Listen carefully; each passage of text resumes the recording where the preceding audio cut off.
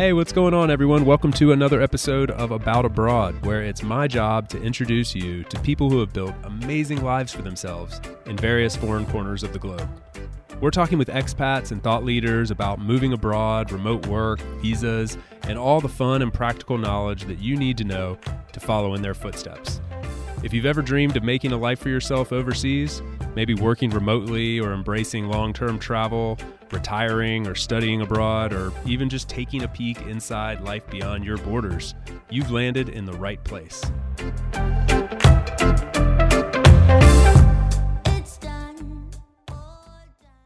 My guest today is one of the first people in the world to take advantage of the new Digital Nomad Visas that are coming out. A lot of countries are starting to offer a Digital Nomad Visa, which allows you to come work as a remote worker in their country and live there legally for a given period of time.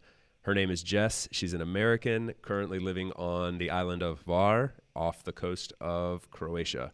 And she's built a pretty epic life for herself through this visa, but also just through some of the decisions that she made to get to this point in her life where she's working remotely, living on this beautiful island, and living as if she's on vacation every day, as she says. So had an absolute blast getting to know her story, all about the visa itself and how to go about getting one and what it's like once you're there, and just the island of Hvar and the beautiful landscapes of Croatia. It sounds like a great place. I haven't been there, so we had a great time just diving into all things Croatia in this episode. I hope you'll enjoy it. Please help me in welcoming Jess to About Abroad.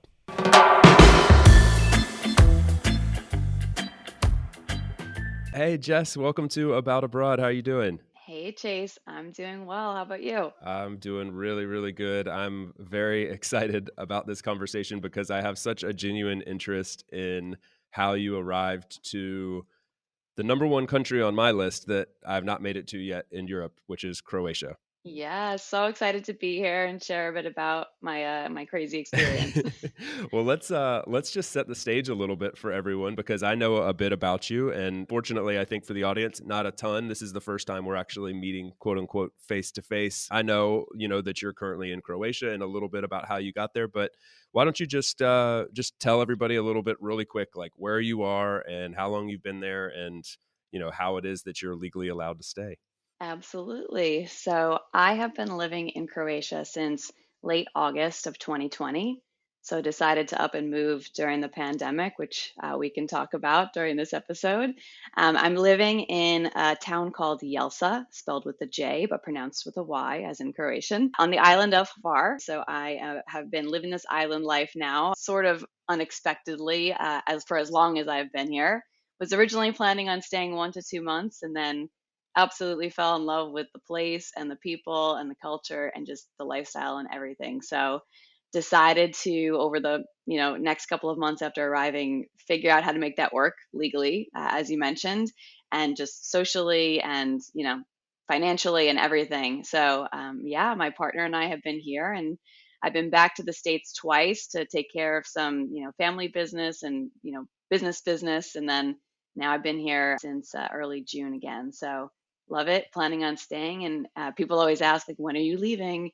Especially the people here, which is really funny because I get the sense that they don't want us to leave, which is so Wow. nice. And I just say indefinitely because I really don't know, and I don't really plan now more than 1 to 3 months in advance. So Wow. yeah. You've built a pretty sweet life for yourself. Where's home back in the US?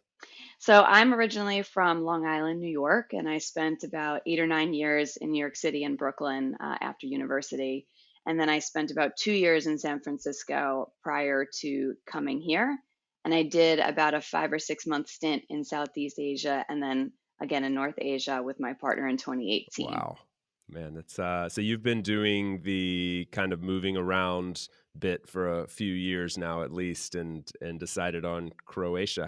How did Croatia come on your radar? Was it somewhere that you had already been and wanted to go back to, or was it like a totally new thing, or yeah, what was the genesis of that? Yeah, so it was a combination of things and kind of timing that helped us end up here. So as I mentioned, it was during the pandemic that we sort of decided to up and move, and we basically packed up our San Francisco apartment. We had actually been living in the mountains near San Francisco with my partner's family for kind of the beginning part of COVID, which was really fortunate to be able to be, Oh kind yeah. of isolated that way, and to be able to be out in nature because you couldn't do anything else. We did that for a few months and then decided, like, we've always wanted to move to Europe. My partner's French American, and I've wanted to move back to Europe since I studied abroad in 2008 in Barcelona. So let's just do it. We're both, working remotely because we have to now. We both work in technology, so it's possible.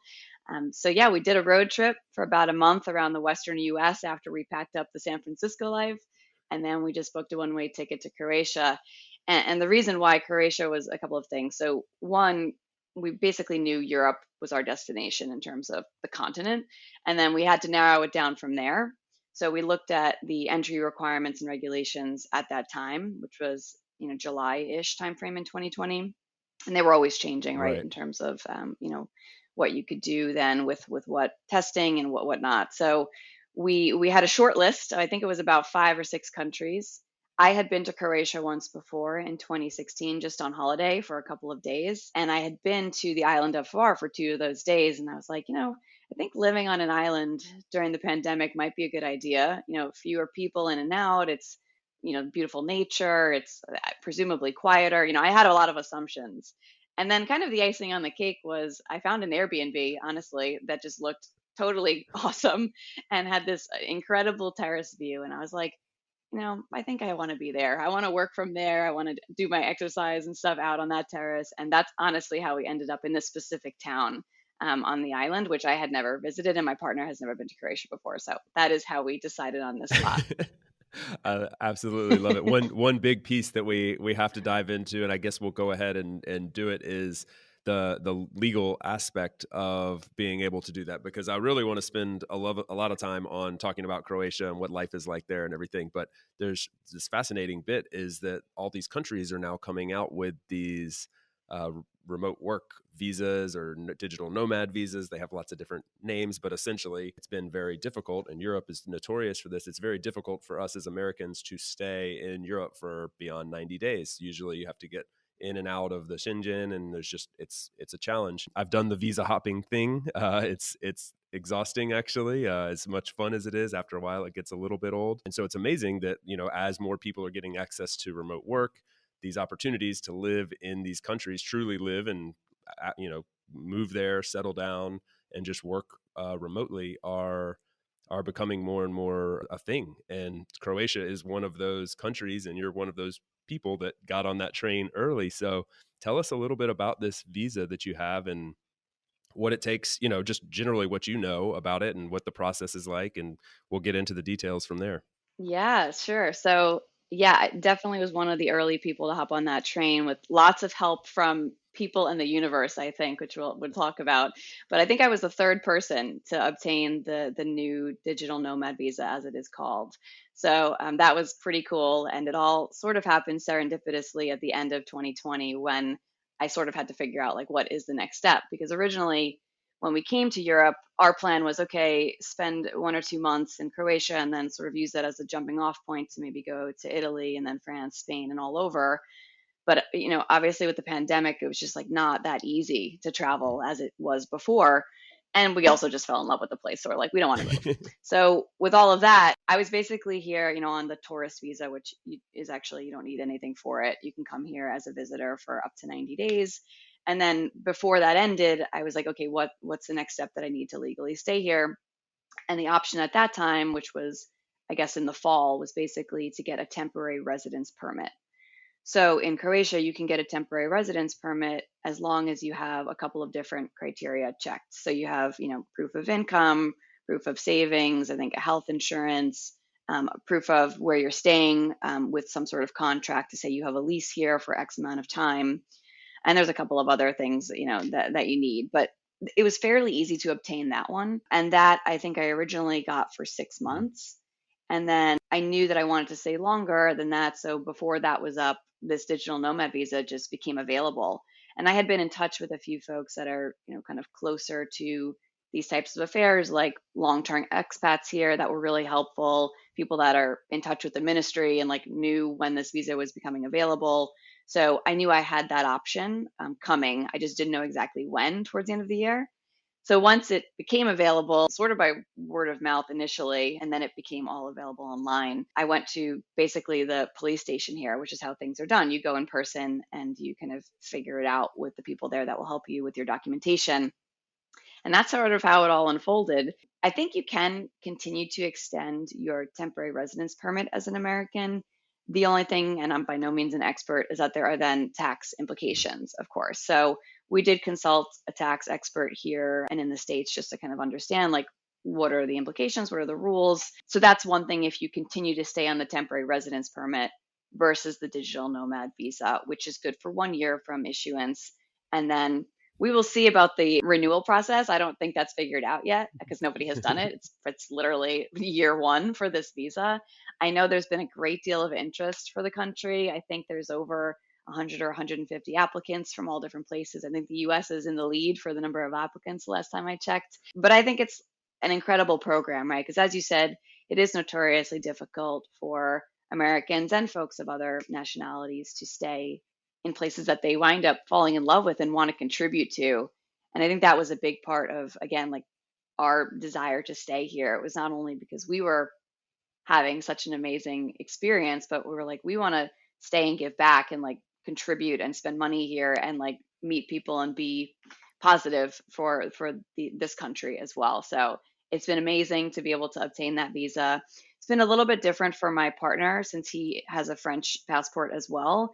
It was easier for him in a sense because EU citizens can stay here without a special visa, but he also can't obtain the special visa because he already has an EU passport and it's not available to those that already have that because they don't really need it. Hmm. So that is the short of it, but we can go into detail about any of it. Yeah, that's interesting that in some ways for a European it's like it was easier, but also harder. Why would he want the digital nomad visa? Like, what is there any necessity for him to kind of change his status in any way, or does it benefit him if? No, not from what we researched, understood, not really. Like there's no real need. It's honestly for me as an American just a great option to be able to get that because I don't have an EU passport, so I don't, those rules, those special rules don't apply to me to be here.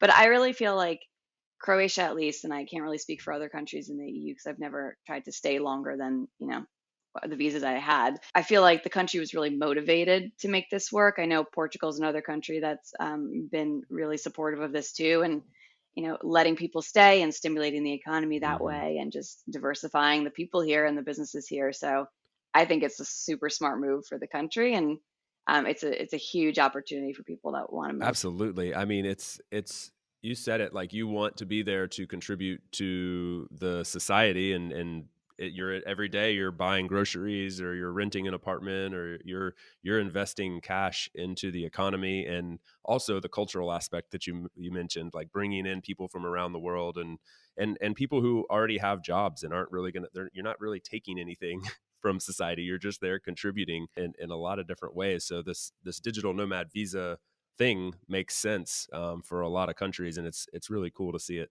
coming together. You mentioned something about going to the police station. It's you also do that here in Spain. Like when I have to do my visa renewals or update anything, you go to the police station to do that. One central police station here in particular.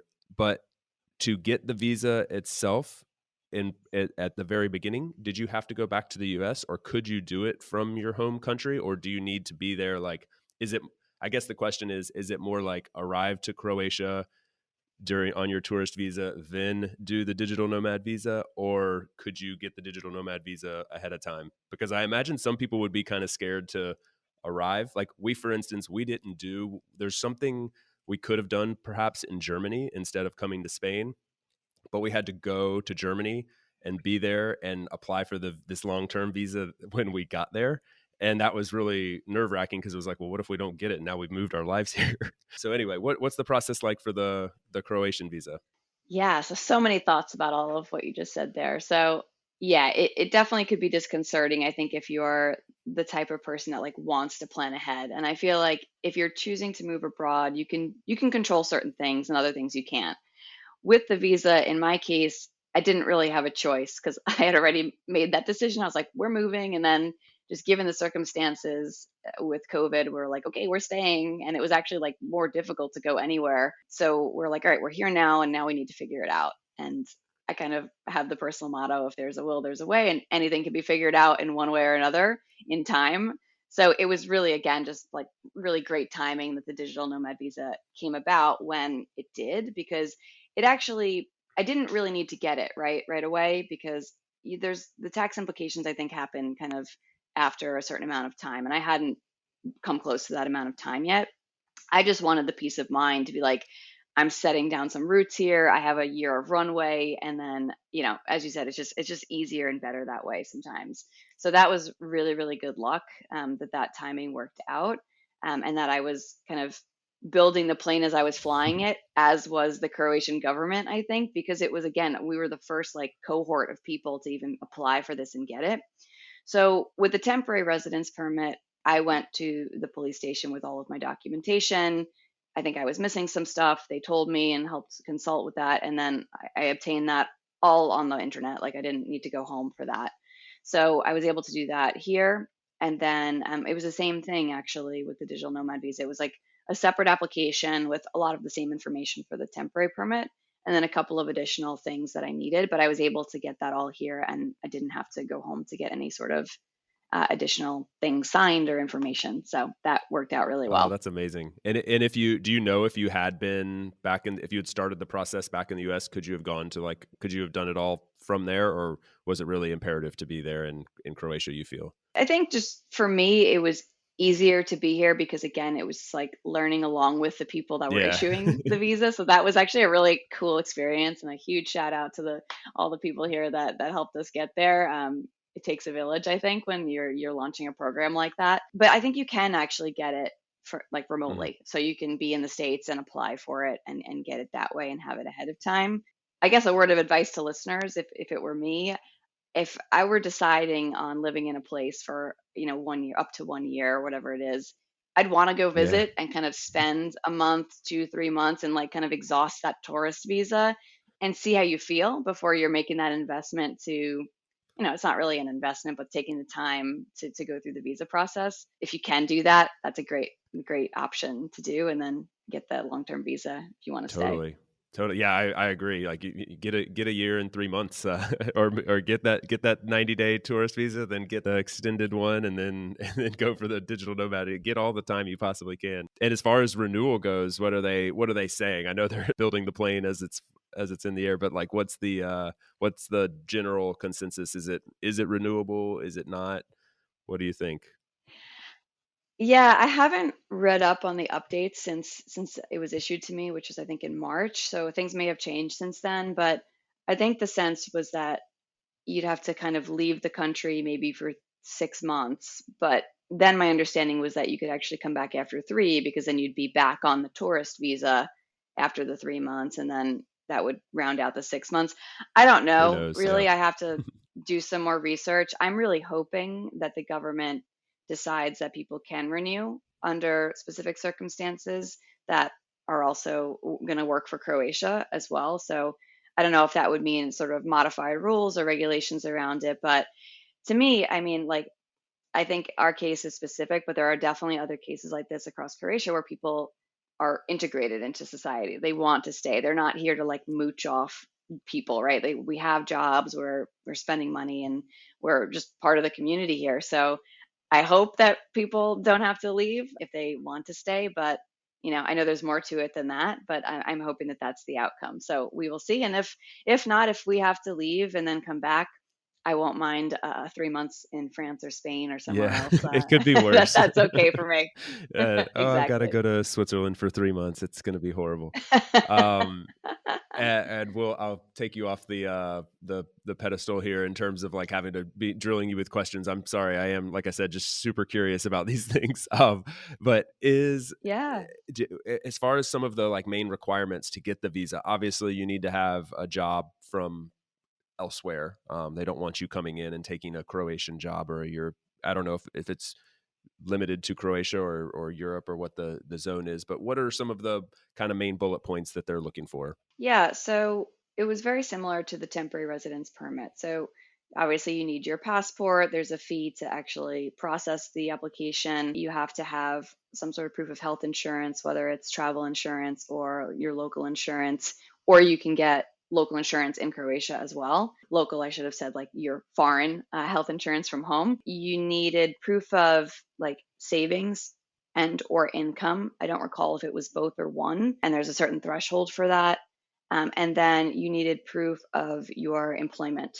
So I have read cases here in Croatia where people have been self-employed, back in the US, and that works. For me, I was employed with a company, so that worked for me, as long as it was, like you said, outside of Croatia. I'm not sure if it had to be outside of Europe. I would imagine yes, because it's not a visa that can apply to EU citizens, so maybe, but I'd have to double check that. But otherwise, those were the pretty much the requirements. And then honestly, it was just like having some patience and following up with people, and then actually going to pick up the visa like a month later. You get basically like a temporary issuance, and then you get like the physical card, which was is one of my now most treasured possessions. Yeah, yeah. You guard that thing with your life once you've gone through the visa process. It sounds like it's relatively smooth process. It sounds like, considering they just threw this thing together pretty quickly, like, it seems like they've got it together. It was relatively painless. Either that or you're just a very positive person and you're like, yeah, it was pretty straightforward. But I can say here in Spain, it's not. It's notoriously like hilariously slow, bureaucratic, and like sometimes you just like toss your hands up like what am I doing, why am I doing this, I'm going to move to Croatia. um, Yeah, I think it was probably a little bit of both, right? Like, I consider myself a pretty structured by the book person when it comes to certain things, but you have to just relinquish that when you move abroad or like try new things in yeah, life. Otherwise, you'll just get frustrated. So I feel like it was like, just people coming together to try to help us, like even giving us rides to the police station, right? Like they were super awesome, our friends here, and they all helped us. And there were some other folks that really like trailblazed this. So I'll shout out to Yang De Jong. I hope I'm saying his name correctly. He's a Dutch guy who's been living in Croatia for a long time and has built businesses. And he really saw the value in bringing kind of this foreign investment in a way to Croatia and rallied with the ministry to get it done. And I think he like really spearheaded this with a group of folks, including a guy named Paul Bradbury, who's been an expat here as well. And they both really helped us kind of get this done, because it is a little bit confusing when you're in a place that you don't necessarily speak the first language, even though most people here do speak English, which is really easy for us. But it's always like, you don't know the cultural norms exactly. There's nuances. Where do you stand in line at the police station? People are cutting you, but they're not really cutting you. All those sorts of things. It really helps to have friends on the ground helping. So yeah, I think it's a little bit of patience, but a little bit of persistence, and the process actually wasn't that bad. that's great, that's really good to hear. And I 100% agree. Like I've come across some people who are going through these processes and they're kind of like, I don't know, swimming upstream a little bit, I guess I would say. Like they're beating their heads against the wall, trying to make it work exactly how they want it to work. And it's like, you have to just kind of go with the flow. You're in a foreign place, things are done differently. And don't frustrate yourself with trying to change the system. Work with the system, and you'll enjoy your time. Look at it all as like part of the cultural experience. It's like you're the third person to do the digital nomad visa. Like that's a really cool thing. And there's going to be some bumps in the road probably, but you just enjoy the ride. Exactly. I totally agree. Question, I would love to get into a little bit about like what your work, because you're obviously able to do this because you work remotely, and I know you dabble in a few different Mhm. things, a few different areas, which are all really interesting and pertinent to this podcast. But with the digital nomad visa in particular, are they looking for like a set amount? Do they have an income minimum? And as a second part to that, do they take anything like tax wise, or do they require that you pay some sort of monthly fee or anything to maintain it? No, not as of right now. So there was a fee to obtain the visa and process it. I think that was less than $100, I want to say, maybe a little bit more at the end of the day. But no, I don't recall the exact minimum if there was one. I should have probably checked the most recent kind of things on the website of the ministry. But no, I think it was like proof, like official proof that you are employed, either self-employed or employed by another company, on official kind of letterhead and things like that, and a bunch of other kind of documentation that goes with it, like bank account statements.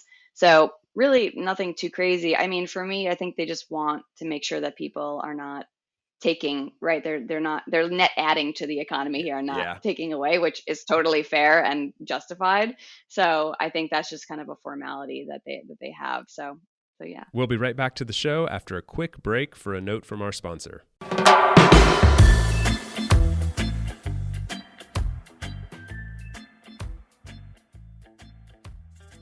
This season is brought to you by my good friends over at Insured Nomads. They're the absolute best in the business when it comes to providing health, travel, and medical insurance for nomads, expats, and really just all forms of world travelers. I know insurance is often something that's overlooked when we're fantasizing about traveling the world, but it's absolutely necessity that we address this because often the policy you have in your home country isn't going to cover you while you're abroad. And it's also a requirement, as a lot of people may not realize, to actually buy private travel or expat insurance, as it's called sometimes, to obtain a visa or even enter certain countries. So fortunately, there are companies like Insured Nomads to help us with this. Not only do they have excellent coverage and great prices, but they're also providing a first-class experience with additional perks and best-in-class technology via their app. It's an amazing experience. I can't recommend it enough. Now, this is a company that was built by world travelers for world travelers, so they know what it's like to find yourself in a difficult medical situation abroad, and they want to keep you from having that same bad experience. So the next time you're planning a trip abroad, whether it's for a week or a lifetime, check out Insured Nomads via the link in the show notes.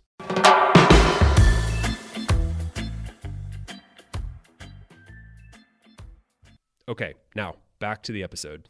Let's circle back Yeah. to your work, which allows you to do this. Yeah, I know you've got I believe you've got a blog, you've got some consulting business, you've got a full-time gig. So tell us about the side hustles and the day to day. Yeah, so was working at a technology company when COVID hit and was doing business development and sort of partnerships work there, which is work that I've done for the past decade across the finance and tech industries, which I think is actually totally different than a lot of digital nomad stories. And the term digital nomad has like a lot of different meanings. I think in one of your earlier podcasts, you were talking about this as one of your guests where I think he was saying he was a slow mad potentially, or maybe Yeah. that's you were saying that. But yeah, so I think, I was working in like a very traditional industry initially in my career in finance.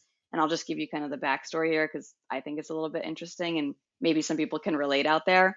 That was like a desk job where you were chained to your desk and like I was trading stocks. So I had to like be at my terminal, as they call it.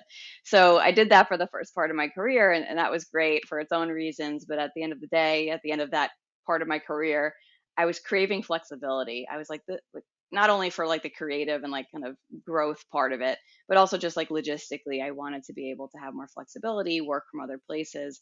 And that was really one of the motivations to move into the technology space. So I moved out of finance into a technology startup at the time, which had a lot of kind of crossover with finance, which worked really well for me career wise.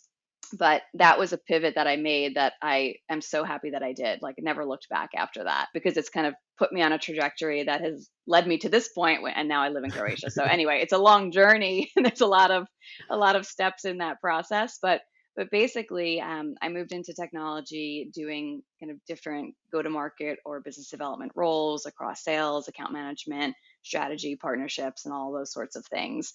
And have done that at a couple of different companies, both large and small, really enjoyed it. And then when, COVID hit, I was able to actually do that remotely because most companies in the tech space decided, our employees are going to work from home. And many companies enabled their people to work from anywhere, at least temporarily. So that is what helped me move here in the short term.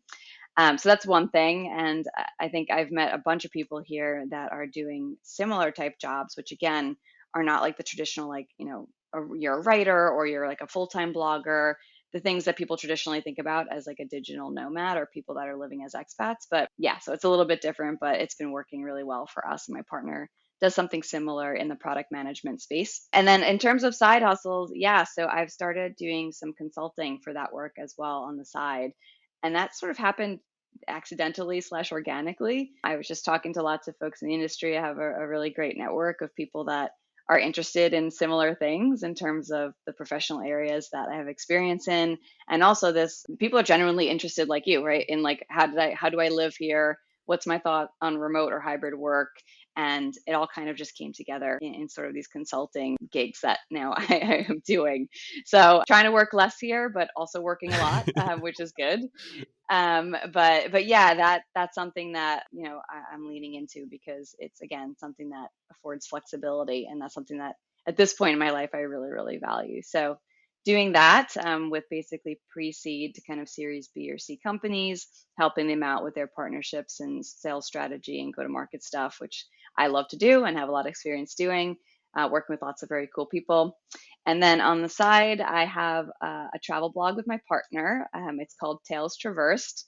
It needs to be updated, as I mentioned before this call. So I will be doing that hopefully before this airs. But that's just a collection of really photography and some writing and just sharing our experiences. And the purpose really is to help inspire people to show that you can travel and have a full-time job and really cultivate and kind of build the life that you want. It's hard.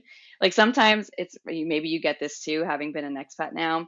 You're posting pictures on Instagram or telling people about, that you're on the beach or like traveling to all these places. And they're like, do you even work? Blah, blah, blah. And it's like, yes, I actually hold down a full time job and I have security and I really, I have my stuff together, so to speak, in whatever sense you think about that as. But I also really value my Yeah. lifestyle and these experiences. So you can do that. And yeah, hopefully, like this story and then my blog can help show people that. Yeah, I believe it is. I mean, already like just from the little bit of interaction we've had before this and following some of the things you're doing, I definitely find it inspiring, and I can totally relate actually to a million things you just talked about. Our path is very similar. The path we took. I also worked in finance and insurance for the first chapter of my career, and was Yeah. and left otherwise awesome role and career path and income and people. I actually really loved like almost everything about that, except for the fact that I just wanted to, and I actually worked remotely, wasn't chained to a desk. I traveled a lot, but it was all domestic, and I really craved international experience and just wanted to live abroad. Like really, just felt like I needed to be immersed in other cultures to live a full life, and I couldn't have both. Yep. We tried to make it work, actually, to the credit of the company. Like they really, we tried to figure out some way to make it work, but it just would have been, it was too early, I think, in the location independent ways of the world, that to make it happen. So anyway, I can relate on a lot of levels. Like it was, it takes big sacrifice, I think, which is something I love to touch on in this show, because I probably get, there's probably like two or three subjects that I get a lot of emails about or comments about, like, and that making that big lifestyle shift to obtain location independence, to move abroad, to make sacrifice. People are strapped down by mortgages, kids in school, debt, their job. They just feel like they can't, their career. I can't change that. I'm going to be vice president at the end of next year. I can't leave that now. I've worked so hard for this. But there will always be that next rung on the ladder that you're trying to get to, no matter what. And if you don't Mm-hmm. cut the tie and just make the change now, you'll never do it. You'll always have a reason to stick around. So I think, it sounds like it is definitely coming from a place of privilege to say, well, I'm just gonna leave it all behind and just jump and make the leap and do it. But like most people actually can, if they're willing to make some sacrifice. And then everybody I've had on this podcast that's done that, like yourself, nobody's come back and said like, yeah, I kind of wish I hadn't. Like everybody's like, I wouldn't trade this for the world. Like this has been the best decision I ever made. Yeah, I mean, that really resonates. I agree. I mean, there's like these environmental factors of like your life, like where were you born? What is your situation? How did you grow up? Like all those sorts of things that some people don't have control over that, right? And I feel very fortunate to have had a life that set me up to be able to have these choices. Not everyone does. But then I do think it takes guts, right? It takes courage. And one of my favorite quotes, not to be cheesy, but is by Anais Nin, and it's life shrinks or expands in proportion to one's Mm. courage. I really believe that. And I found I've done a lot of self reflection. I think a lot of people did during COVID, especially because we spent a lot of time, sitting Yeah. still. And some of that reflection for me was it was just fear. Like, well, I wasn't doing anything because I was scared. And I was like, that's not who I want to be. That's really not how I want to operate, and not where I want to drive my life from. That point of fear. I want to drive it because I'm hungry for things and experience, and I'm not scared, and I have courage. So my personal philosophy, part of it is you can always kind of go back to things. And I do know there are complicating factors, like you said. Like, I personally, I don't have kids, I don't have a mortgage, and that those are choices I made because I've never wanted that kind of restriction on my life. And those are beautiful, amazing things to have, but for me, it's not choices I've made. And that's also, again, set me up to be able to pursue this lifestyle right now. And who knows, maybe it won't always be the lifestyle that I want to lead. I'm a huge fan of kind of editing your life as you go. And for me, it's funny, I have to like balance being content and being present, and kind of being like, okay, I'm just going to sit with my life right now and really enjoy this moment versus thinking about the next thing. It's something that I've always kind of, it's been an internal struggle, I would say, over time. But editing your life as you go is good, right? Like, things are going to change, people come in and out of your life, like the world changes. Obviously, we've learned that recently. And you just kind of got to go with the flow, and kind of see what works for you. There's actually a concept, or I guess it's a word, that I learned recently after listening to Jeff Warren's podcast on the Calm app. Mhm. So I try to meditate. I wouldn't say I'm a full-time meditator or really into it yet, but I'm trying to get into it, and I find it really helpful. But basically, this concept of equanimity. Have you ever heard of that word No, before? no, I love this word already. I'm eager to hear more. Wait, so I'm actually gonna Google it, the official definition, so I don't mess that up. But basically, he was saying that this concept is like, you let things kind of come in and out of your life without holding on too tight, and like letting them kind of bounce off. Actually, I'm gonna read this right verbatim off of Google, because Google knows everything.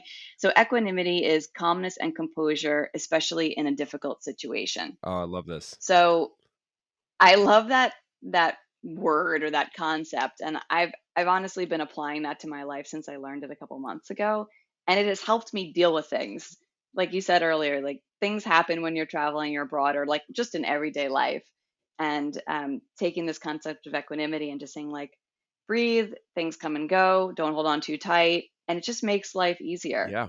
Like, just not worrying a lot. I happen to be a pretty, or was, I'm an evolving anxious person. Hopefully, I'm becoming less anxious over time, but that concept really helped me. So anyway, I went on a little bit of a tangent there, No, but it's I think it all ties it's a together. beautiful tangent. My favorite word in Spanish, I think I've mentioned this on the show before, is tranquilo. I learned this word early Hmm. on when I first started studying Spanish, but it like resonated with me. I actually said one year, I was like, I'm going to focus on this word every day. Like, I'm going to, and because they use it a lot in Spanish in the way we might say like no worries or chill or it's all good, it's always tranquilo. And like it and everything here in Spain, and I get a sense in Croatia too, like in southern Europe in general. I feel like there's a very tranquilo vibe where it's just like, it'll get done, life will move on, it's fine. Like I had a really funny thing happen actually, like yesterday. I was at a like out watching a soccer match with friends, and the we were trying to get just a drink or something, and the waitress just like kept walking right past us, and there was a mix of expats and Spaniards, and those of us like not from Spain were like getting visibly angry, like just like she's walked past us like 20 times, we can't get a drink, it's been like an hour, whatever. And everybody like the others were just like their heart rate wasn't racing, they were chill about it. And anyway, it just made me Yeah. think like, like it, Spain and living abroad, living in different countries, learning how people deal with things. Like for me, it's slowed me down a good bit. And we come from a society that's like, I mean, you lived in New York, you lived in San Francisco, we've worked in finance, you sat at the terminal, like these things get your heart rate up. And when you get into some of these other societies, you're now living on an island in a beautiful place in Croatia where like things move a little slower, and that really slows you down and gives you perspective and gives you, what's the word again? Equa Equanimity. Equanimity. Yes, I'm gonna write this one down. So Yeah. anyway, it's all part of like these are the things that like aren't online that you see like when you look at pictures of moving to a place, but like these are the things you learn sort of through osmosis when you're living in a new place, I think. Totally agree. And actually, there's a very similar phrase here in Croatia. It's pomalo. And that's like, take it easy, like, don't worry about it type of thing. And yeah, there's just like no sense, right? So it's so funny. You mentioned like living in New York and San Francisco. I feel like I was much more tightly wound, for lack of a better term, and very type A, like frenetic, right? Because you're just running around all the time, getting things done, and like I don't know. You get the vibe. Here, it's very, very different, and I see people here sometimes, like expats, who get really wound up. I think a little less so in Croatia because I feel like more chill people come here, but in other places where they get so wound up about stuff, and you're looking on the outside when you're a little bit calmer yourself, right? And you're like have some inner peace. You're like, why? What is? I mean, maybe that person has stuff going on, right? That's fine, but like, what's the point of getting wound up and getting so upset and angry? Like, it's just detrimental to that person's well-being and also to all the people around them. Like there are of course times to get upset and to fight for what you're trying to fight for, but most of the time it's not. And this is not me trying to be preachy because this is something again that I'm learning myself every single day and I work at it, but it's something my partner has really taught me too. We are very opposite in a lot of ways, and one of the things, he just doesn't let things bother him, and it's always something I've admired about him, and I've tried to like really adopt into my personality as well. But yeah, you just need to adopt that personality, especially when you're living abroad, because it'll just save you a lot of heartbreak. It will. It'll let you enjoy the ride a lot more, and that's funny that he's helped teach you that. Do you think is there? You said he's French, right? So like, is that partly because of his culture related to France? You think, or is it just kind of how he is? That's an interesting question. I think it's actually more having to do with the fact that he's one of Yeah. five Okay. siblings, and he grew up in a big family, and like he just had to go with the Yeah. flow, and I think it's just his personality that he just doesn't let things rattle him, and he's super calm about it. So yeah, I think that's just him. Gotcha. So I was going to ask you, Chase, like you've had a similar path in a lot of different ways. What was like the turning point for you, right? Because it sounds like similar to me, you got a taste of like this life that you kept building for yourself, and you're like, "Ooh, I like that. Next step, level up, like that. I like that. I like that." And then you're like, your life was probably really good in the States and like having that job that you mentioned. But then you're like, I want to do the next thing. Like what was the next step for you? Like was there a day or a moment or a situation that made you take that leap to the next step? Yeah, that's a really great question. And there are two answers because there were sort of two big steps that were taken. So the first one was leaving the stability of the job, selling the home, giving up the company cars and the stock options and the retirement funds and like all the things. You said something earlier like I've got my stuff together, like giving up all the stuff that society says is should be together and going to more of like a digital nomad lifestyle and working on an e-commerce shop on the road and traveling all the time. So that big step came, I have to say, like completely because my wife really pushed for it and she really wanted it and I was tempted to stay the course, but we both just had this like overwhelming desire to travel a lot and I thought I can make it work to work remotely from other places. But like I said, in the end, we couldn't do that. It was just like I think a fear of the mundane was sort of like what was creeping into us. We were going on these. We had our couple weeks of vacation a year, and we'd fly to.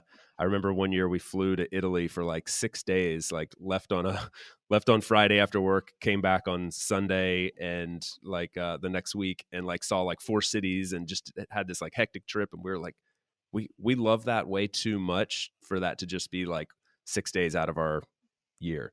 So we have to figure out how to do this Mhm. more. So it was this kind of combination of the fear of the mundane and just a need for adventure. And then the second piece is when we decided to move to Spain, and that was more like, okay, we could keep traveling a lot, kind of bouncing back and forth on these 3-month trips, and which was just awesome at the time. Like we were content with that. But when we found out about this visa for Spain, which is sort of like a digital nomad visa, it's actually set up for pensioners, like retirees. But when we found this out, we were like, huh, we could actually stay in Europe for a whole year at a time and keep renewing it. What if we tried actually like living in a place and like going through that whole process? And Yeah. just like once we started looking into it and we realized it was possible, it was like realizing that it was possible just ignited that fire and totally forced us into being like, we can't say no to this now. And I have to say that's a big reason why I wanted to start this podcast, is because just to let people know that it's possible. Like that's the Yeah. that lack of inspiration was certainly my case. Like I was like, oh, this just isn't possible. You'd Google how do I stay in Europe for more than 90 days and everything would say you can't. And so there's more content out there now. There more information flows quicker. But yeah, I mean, I don't know if that answers the question directly, but those were sort of the two different chapters where I made like big steps. Yeah, no, it makes total sense, and I'm sure that a lot of your listeners will that will resonate with them, right? It resonates with me, and it's those are similar things that I've experienced and have led me to kind of lead the lifestyle or build a life, like you said, that you've built for yourself as well. So I think it's Yeah. awesome. Well, thanks. I think it's really cool to get to meet people now, especially, living here in Europe. I meet a lot of expats or people that are traveling through. Just yesterday here at my co-working, I met two new people who are coming through and spending 3 months here, and then they're moving on. One guy's going to Turkey, one guy's going to I don't know, France, I think. And like I'm getting to meet people that way from all these different nationalities and backgrounds. I get to meet people like you who have followed their dreams through this podcast. It's sort of like a dream come true, because I really crave that, like these little pings from people from different corners of the world to share their stories and how they got here. And I'm just like kind of genuinely fascinated by it. Yeah, I totally get that. And listening to your podcast, I felt that, and like reading about folks and just meeting people all around through traveling and through living here as well. It's been very inspirational. And I feel like, at least for me, I need to go where I feel the energy, right? Like where feel my energy rising from. Like what are those situations, and really kind of lean into them. And I think also it's a function of like as you get older and every year you kind of like you're learning things, right? You're learning things about the world and yourself, and then you can kind of keep going in the direction that you know deep down you should be going, but you might have not have had like the sense or the wit or the courage to do before. And I think that's a really beautiful, cool thing. And that means something different to everybody, right? For you and me, it's like we love adventure, we love the unknown, we like different things, right? That's like satisfying for us, and it sounds like for your partner and mine as well.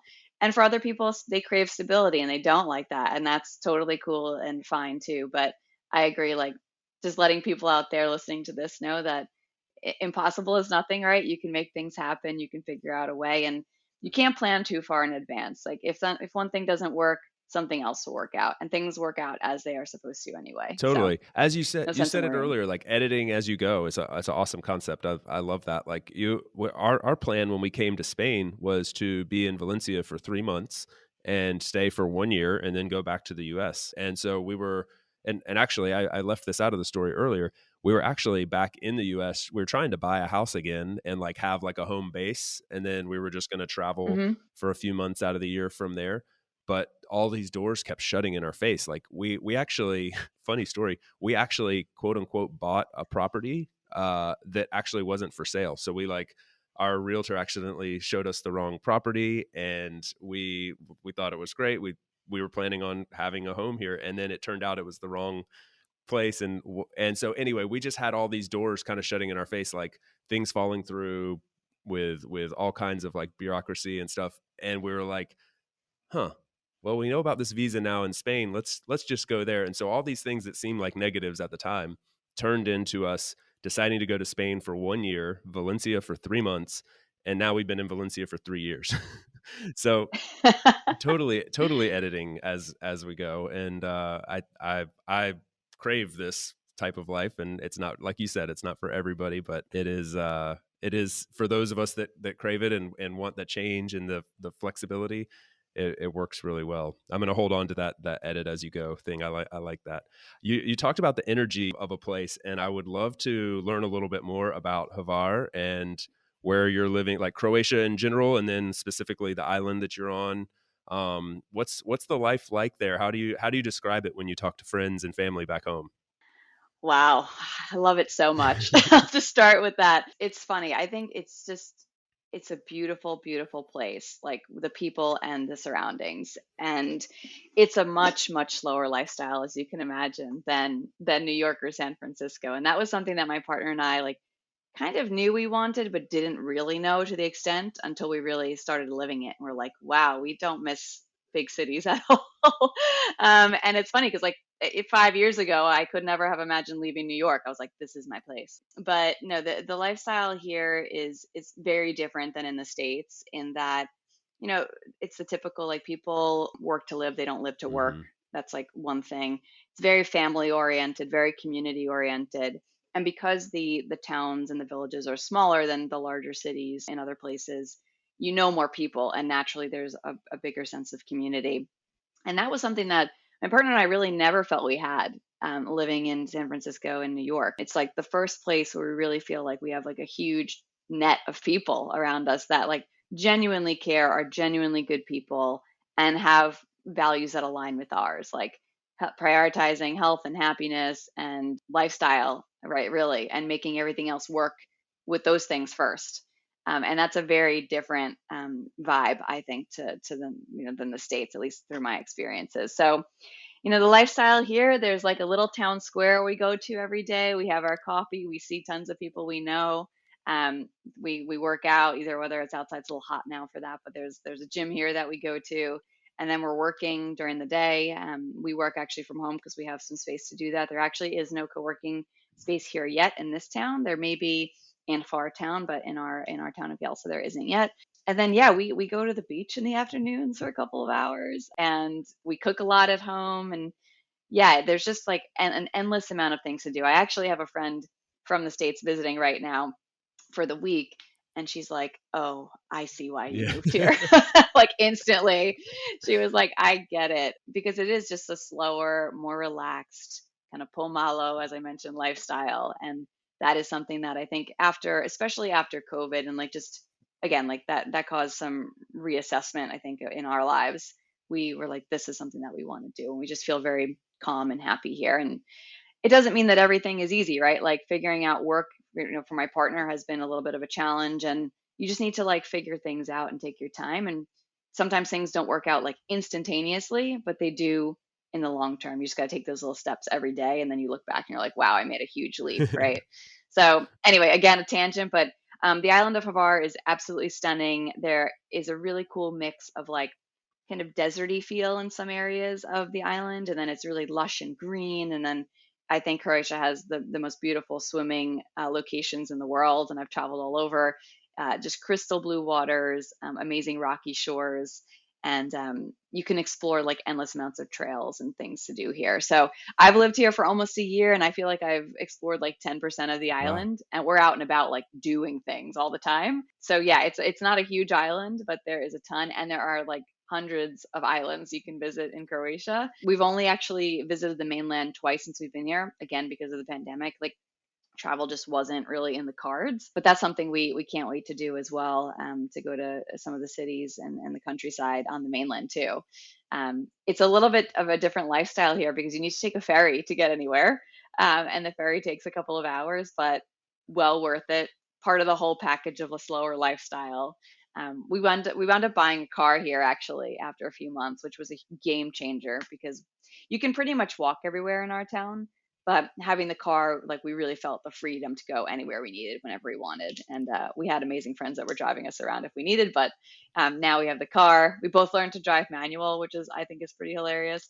Because as an American, we were used to driving automatic, but now we have our little Suzuki and we drive all over the island. And yeah, it's just a really cool life. I honestly feel like I'm on vacation every day, but I'm not. And that I have to actually pinch myself when I wake up. I'm like, wow, I don't need a vacation from this. And I've always traveled a ton, like throughout my career, throughout my life. Like I always maxed out those vacation days. I think everybody should, especially in America where you don't have a ton of Yeah, them. you've got six, But you now better use them all. make them make them work. But now I actually don't have that innate desire to travel right now. I'm sure that will come back because this is still like new to me. I've only been here a year, and the summertime's amazing and blah blah blah. But I don't have that desire to like go and get out because I love where I live so much. And that was a huge driver of wanting to stay. That it can't be any more beautiful than that, right? Like, if you don't need a vacation from your day to day, like, if you feel like you're living a vacation, then that's sort of a dream come true. You've come a long way from the terminal. A very long way. I mean, like I said, little steps, right? It's kind of insane to look back and think like that was my life, even 2, 5, 10 years ago. Yeah. It's just you just got to keep pushing for your kind of live your truth. I know that's a cheesy saying, but that's really resonated with me more and more as I get older. You have to just like not care what people think and just do you Yeah. and make it work. It's your life. You only have one. It's short.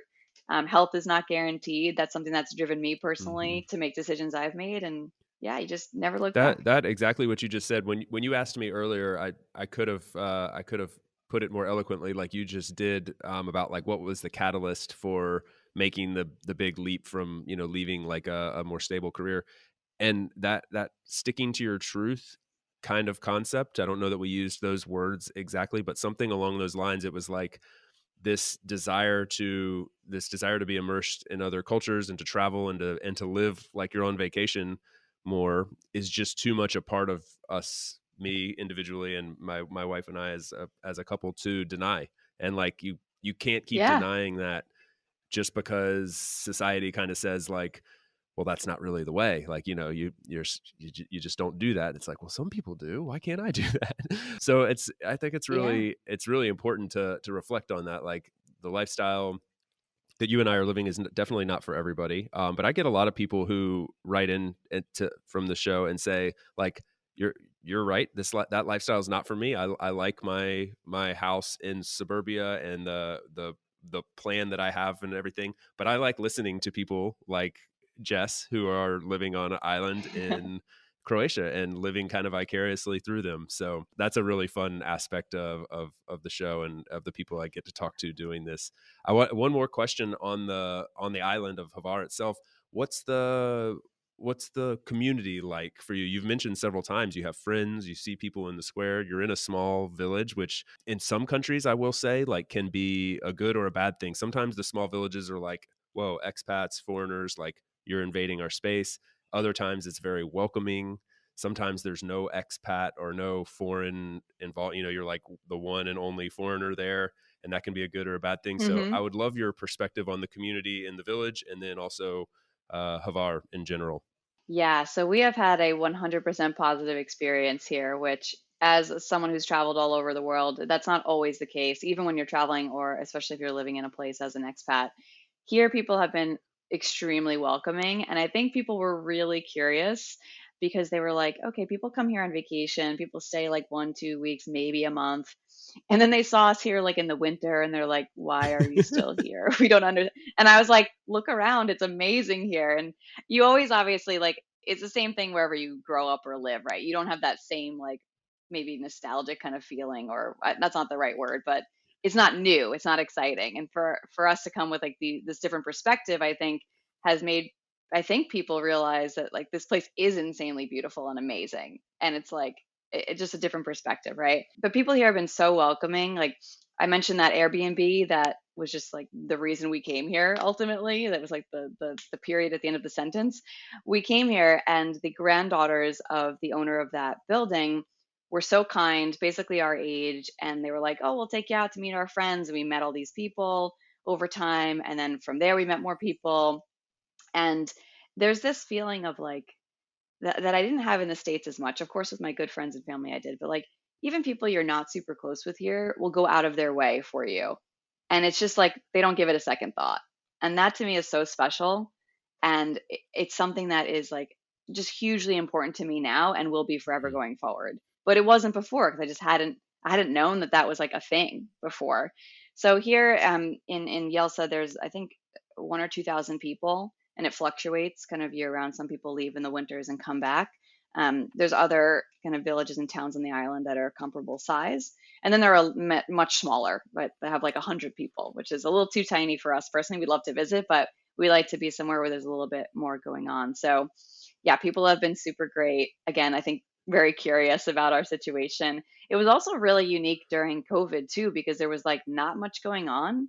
and we just kind of like met people outside for coffees and like went on walks and like it just like made it work. But everybody was really in one place and not moving. And that was like the perfect environment for making new Yeah. friends in a way because no one was doing anything and like people were just kind of focused on like what was right in front of them. So that's been really great. There's a bunch of expats here, but we actually are probably even more friendly with the locals, actually, which is really special and cool. The young people here have been like super, super welcoming and everybody else as well. So just yesterday, I had some figs that were given to me by a woman who I'm very close with, who runs a charity called Hvar. She grows figs. She gave me these amazing fresh figs. They were as big as my head.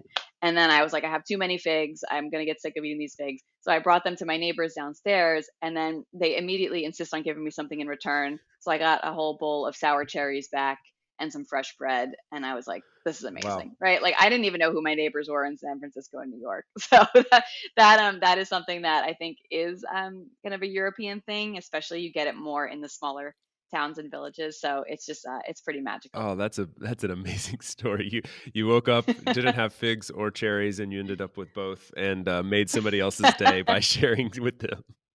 Pay it forward. Oh, Exactly. it sounds like a Yeah. really great community. I mentioned this earlier. I haven't been to Croatia yet, and it's literally been like at the top of my list for a couple years now. And it's odd coming from Spain.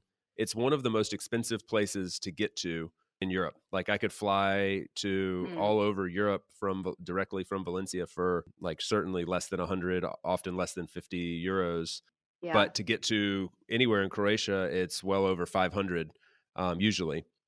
So I just keep not Interesting. prioritizing it. Like, oh, I'll get there eventually. But my wife actually did her yoga teacher training on the island of Vis, which I believe is pretty Yeah, close. right Yeah, next it's door. it's a neighbor to you. And she came back just raving about the Croatian people, same as you've been. The Croatian people, super, super friendly. The landscape, the water, just super transparent, beautiful. And that doesn't even get into the mainland with the national parks and the waterfalls and the cities like Dubrovnik. I mean, it's a little country that has a ton to offer. You mentioned like hundreds or what thousands of islands. Like, I mean, it's just insanely beautiful.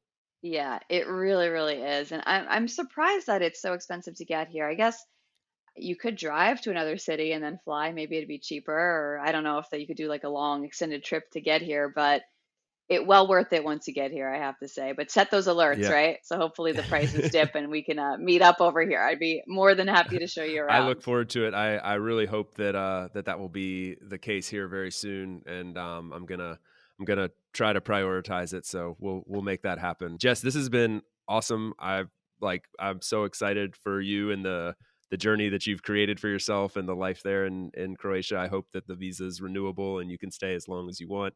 If you need to get away and come to Spain, you know where to find me. You guys are more than welcome. But thank you so much for coming on the show, sharing all your knowledge. I think a lot of practical info and some super inspirational information as well is perfect for this show, and I think the listeners will get a lot from it. That's awesome. I'm so glad to hear it, Chase. Really a pleasure to speak with you and sending lots of positive thoughts to the energy and energy to the audience Thank here. you. Yes, certainly from Valencia and from the island of Hvar, we're sending lots of positive vibes. Do you want to mention real quick? I'll add all this to the show notes, but we talked about your travel blog and your consulting business. Where can people go to find you and learn more about you and follow along the journey? Yeah, thanks. So LinkedIn is probably the best place to connect for business stuff. So I'm Jess Romano on LinkedIn, and then also the travel blog is called Tales Traversed.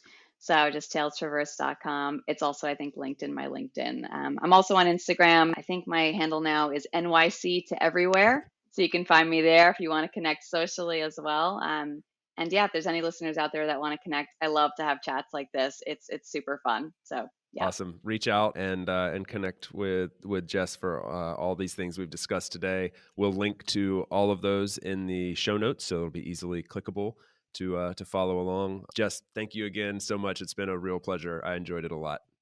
Thanks so much, Chase. Take care.